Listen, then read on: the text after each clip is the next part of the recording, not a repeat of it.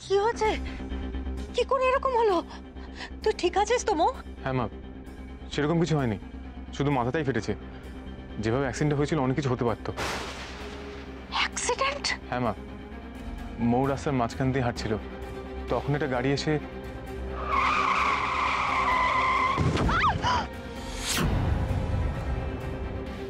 জীবনে যে ঝড়টাকে আটকাবার জন্য আমি নিজের সমস্ত সুখ স্বাচ্ছন্দ্য সবকিছু ছেড়ে দিয়েছিলাম, শুধুমাত্র মুখে বাঁচানোর জন্য আমি নিজেকে একা করে ফেলেছিলাম। সেই ঝড়টাই আমার জীবনে আবার আছড়ে পড়তে চলেছে। আমি আমি মৌকে কি করে বাঁচাবো? কি করে বাঁচাবো আমি আমার মুখে? সেদিন তুমি একা ছিলে শ্রীমনাদি, কিন্তু আজ তোমার আর এক মেয়ে তোমার ঢাল হয়ে সামনে এসে দাঁড়িয়েছে। ছেলের মতন জামাই রয়েছে তোমার পাশে। তারাই দেখবে মৌকে ঠিক বুঝিয়ে সুঝিয়ে সামনে নেবে। মৌ, তুই কেন এরকম করছিস? কেন আমার কথা শুনছিস না তুই? কি হয়েছে তোর? হ্যাঁ, কেন নিজের এত বড় ক্ষতি তুই ডেকে আনতে যাচ্ছিস? তুই বুঝতে পারছিস না ওখানে গেলে তোর কত বড় সর্বনাশ হবে? আমার কথা শোন মৌ, আমার কথা শোন। আমি তোর ভালোর জন্য বলছি মৌ। তুই জানিস না ওকে, জানিস না মৌ? জানতেই তো চাই। তুমি কেন এতদিন আমাকে আমার বাবা থেকে দূরে সরিয়ে রেখেছিলে? কেন আমাকে আমার বাবার ভালোবাসা পেতে দাওনি তুমি? বনি বনি সব সুখ পেয়েছে, আর সেই দুয়োরানির মেয়ের মতো আমি ছোট থেকে শুধু কষ্ট পেয়ে গেছি। আমিও তো বাবার প্রিন্সেস হতে পারতাম, আমিও তো বাবার মেয়ে। তাহলে তার মুখোমুখি কেন হবো না আমি? কেন কেন নিজের অধিকার খাটাবো না আমি? কেন জেদ করছিস মৌ? কেন আমার কথা শুনছিস না? কেন এরকম করছিস? তুই কি ভাবছিস যে আমি আমি তোর ক্ষতি চাইছি?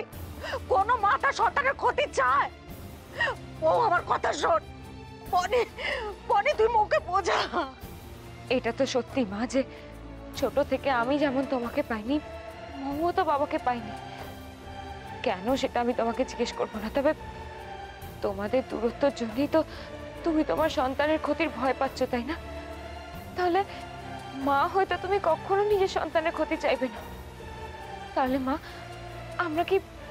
আমরা কি একটা পরিবার হয়ে যেতে পারি না? বাবাও জানো মৌ তার নিজের মেয়ে। না না না না, তাহলে তাহলে ও মৌকে মেরে ফেলবে, মেরে ফেলবে আমার মৌকে।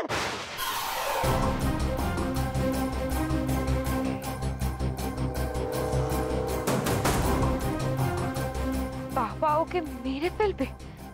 কেন?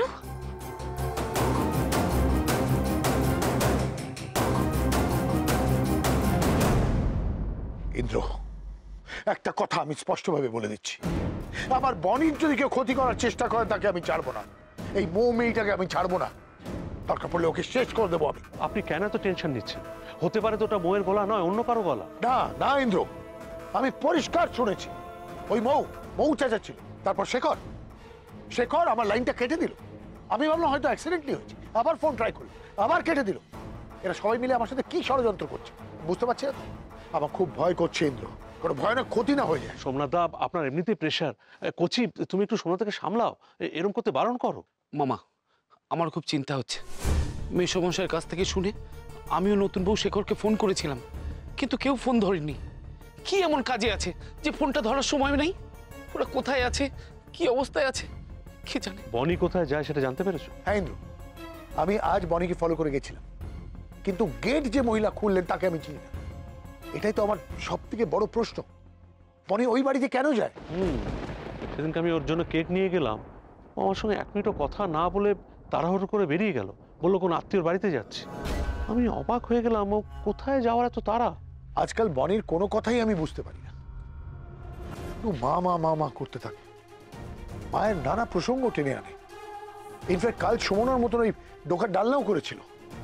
হঠাৎ করে কেন সুমনাকে নিয়ে এতটা পজেসিভ হয়ে উঠছে আমি বুঝতে পারছি না। ওকে সুমনার মৃত্যুটা মানতে পারছে না। আমি তো নিজেও মনে হলো একবার সুমনাকে দেখলাম। এসব কথা কেন আসছে সোমনাথ দা? আপনি তো আমাকে বলেছিলেন দিদি অসুস্থ হয়ে আপনার কোলে শেষ নিঃশ্বাস ত্যাগ করেছিলেন। ইন্দ্র, মানে আসলে আমি সোমনাথ দা, আপনার কথা শুনে আমারও কেমন যেন লাগছে।